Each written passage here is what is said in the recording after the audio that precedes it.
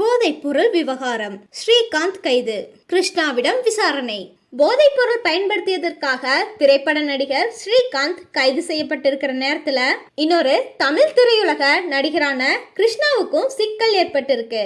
அவரு ஸ்ரீகாந்தோட நெருங்கிய நண்பர் அப்படின்னும் கிருஷ்ணாவும் போதைப்பொருள் பயன்படுத்தி இருக்கலாம் அப்படின்னும் காவல்துறை சந்தேகத்தில் இருக்கிறதா தமிழக ஊடக தகவல்கள் தெரிவிக்குது. அனைத்துலக கடத்தல் கும்பல் கிட்ட இருந்து கொக்கைன் உள்ளிட்ட போதைப் பொருட்களை ஸ்ரீகாந்த் வாங்கி இருக்கலாம் அப்படின்னு கருதும் காவல்துறை அதிகாரிகள் அந்த கோணத்துல விசாரணைய தொடங்கி இருக்கிறதா சொல்லப்படுது.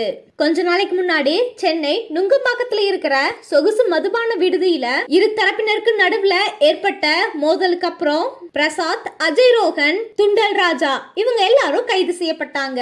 இவங்களோட போனை ஆய்வு செஞ்சப்ப அனைத்துலக கடத்தல் கும்பலுடன் பிரசாத்துக்கு தொடர்பு இருக்கிறது தெரிய வந்திருக்கு.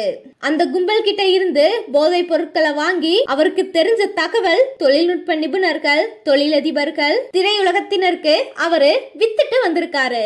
அவர் கொடுத்த தகவலின் பேர்ல ஓசூர் பகுதியில பதுங்கி இருந்த கானா நாட்டை சேர்ந்த ஜான் அப்படிங்கிறவங்க உட்பட 2 பேரு கைதானாங்க. இவங்க கிட்ட இருந்து 11 கிராம் கொக்கைன், 40,000 ரொக்கம் பறிமுதல் செய்யப்பட்டுச்சு. இவங்க கிட்ட இருந்துதான் பிரசாத் கடந்த 6 வருஷமா போதை பொருள் வாங்கி இருக்காரு. இதையடுத்து பிரசாத்திடமும் அவரோட கூட்டாளிகள் கிட்டையும் காவல்துறை நடத்திய விசாரணையப்ப நடிகர் ஸ்ரீகாந்த் போதை பொருள் பயன்படுத்தியது தெரிய வந்திருக்கு. போதை பொருள் தொடர்பா ஸ்ரீகாந்தும் பிரசாந்தும் வாட்ஸ்அப் மூலம் தகவல் பரிமாற்றம் செஞ்சதும் 1 கிராம் கொக்கைனை 7,000க்கு வாங்கி அதை ஸ்ரீகாந்துக்கு 12,000க்கு பிரசாந்த் வித்ததும் வெளியே வந்திருக்கு. இந்த மாதிரி 40 தடவை போதை பொருள் வாங்க 5 லட்சம் பண பரிமாற்ற செயலி மூலம் பிரசாந்துக்கு அனுப்பி இருக்கிறாரு ஸ்ரீகாந்த். அவரோட வீட்டுல நடத்தப்பட்ட சோதனையப்ப 11 கிராம் கொக்கைன் பறிமுதல் செய்யப்பட்டிருக்கு. பிரசாந்த் தயாரித்து வரும் தீக்கிரை அப்படிங்கிற திரைப்படத்துல ஸ்ரீகாந்த் நாயகனாக நடிப்பதாகவும் சொல்லப்படுது. ஸ்ரீகாந்த் கிட்ட நடத்தப்பட்ட ரத்த பரிசோதனையில அவரு போதை பொருள் பயன்படுத்தியது உறுதியாகி இருக்கு.